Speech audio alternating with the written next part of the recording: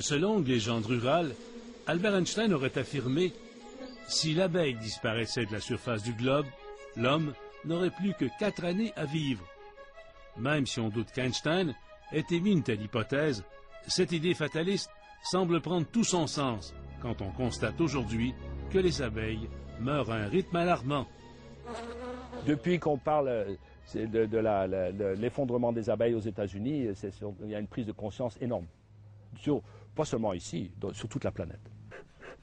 Yves Garès possède 3000 ruches à Nipawin, dans le nord de la Saskatchewan, où il s'est lancé dans l'apiculture il y a 30 ans.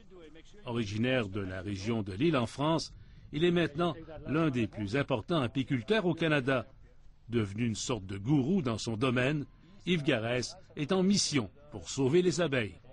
Mais dès qu'on peut parler quelqu'un qui a des abeilles, mettons, au Chili, ou quelqu'un qui a des abeilles en Afrique du Sud, ou quelqu'un qui a des abeilles en Inde, partout, le sujet, c'est le même. Le problème de nos abeilles qu'on a du mal à faire survivre d'une année sur l'autre, et puis on revient toujours au varroa. Voilà. Et vous n'arrivez pas à vous en débarrasser complètement? On ne s'en débarrassera jamais. Le principal ennemi de l'abeille, le varroa, un puceron, est apparu au Canada en 2003. Le varroa, c'est un parasite qui vit sur les abeilles. Et ça nous est arrivé du sud-est asiatique. Il a envahi toute la Terre. Il n'y a pas de varroa en Australie. C'est le seul endroit. Monsieur Garès est parti en guerre contre le parasite. Ça, je vous montre les varrois quand ils tombent des ruches, quand on met un produit dedans. On met un produit insecticide, okay. On met pendant 24 heures, puis on met ce plateau avec de la graisse en dessous de la ruche et les varrois tombent. Ici, il y a au moins 2000 varrois sur cette... 2000 varrois? Oui, on les a comptés. Seulement une ruche? Il y en a 2000. Mais ça, on n'a plus ça. Nos abeilles succombent avant ça maintenant. Ça, c'est il y a 5 ans, 5-6 ans. Autant que possible, ils tentent d'utiliser des produits naturels pour combattre les varrois. Mais souvent, ça ne suffit pas. Parce que nous aussi, on met des produits chimiques dans nos abeilles. Malheureusement, à cause des varrois, on met donc un insecticide qui va tuer les varrois sans tuer mes abeilles. Parce que si j'augmente la quantité d'insecticides dans la ruche, je vais tuer mes abeilles. Alors on est arrivé à élever des abeilles très résistantes aux varrois. Mais elles pensent qu'à ça, elles sont résistantes aux varrois, mais elles font plus de miel. Voilà. Yves Garès est pratiquement un alchimiste laissé à lui-même dans la lutte aux varrois. Un fléau qui s'ajoute à plusieurs autres suspects dans la mort des abeilles. On pense aux cultures génétiquement modifiées, aux pesticides pour protéger les récoltes et même au changement climatique.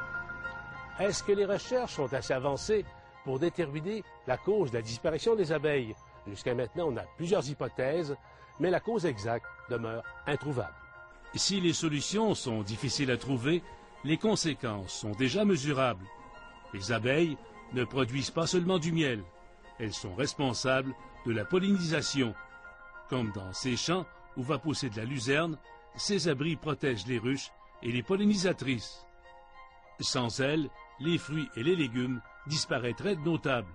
Peut-être qu'on arrivera à vivre, parce qu'on peut polliniser les fleurs mécaniquement, on peut le faire, ça c'est déjà fait dans les tomates, ils avaient des appareils qui vibraient les fleurs.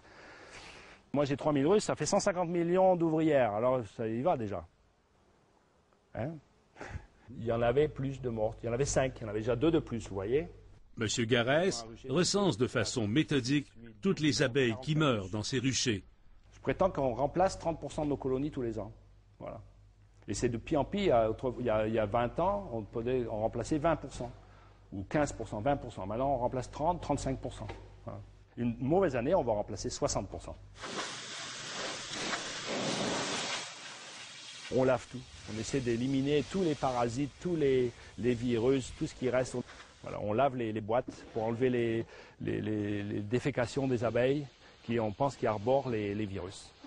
Tout cela fait grimper les coûts de production, alors que le prix du miel, lui, n'augmente pas au même rythme. Au Québec aussi, la maladie parasitaire venue d'Asie a durement frappé l'industrie apicole il y a 8 ans, selon cette biologiste. Ici au Québec, l'année où la varroa est arrivée, on a eu 50% de pertes dans nos ruches. On a appris à gérer la varroa qui est ici pour rester maintenant. Il va falloir apprendre à la gérer comme la tordeuse des bourgeons de l'épinette, comme la pyrale du maïs. On va vivre avec. Mais maintenant, malheureusement, On considère que 30-40 % c'est presque normal. Est-ce que c'est pas normal? Prenez n'importe quelle production animale, le producteur arrive et puis 30 % de ses porcs qui sont morts dans sa grange, il ne trouvera pas ça drôle. Ultimement, c'est d'élever des abeilles qui sont, 1, résistantes au varroa, 2, résistantes aux produits chimiques. Alors c'est presque du travail de Frankenstein. Hein? Au Canada comme au Québec, où les abeilles se reposent l'hiver, on n'a pas connu jusqu'à maintenant l'effondrement des colonies comme cela survient dans le sud des États-Unis. Notre environnement change, le pays a changé, les floraisons ont changé, le climat a changé. Il n'y a rien qui va dans la bonne direction. En tout cas, pas ici. C'est malheureux, je suis pessimiste. Oui.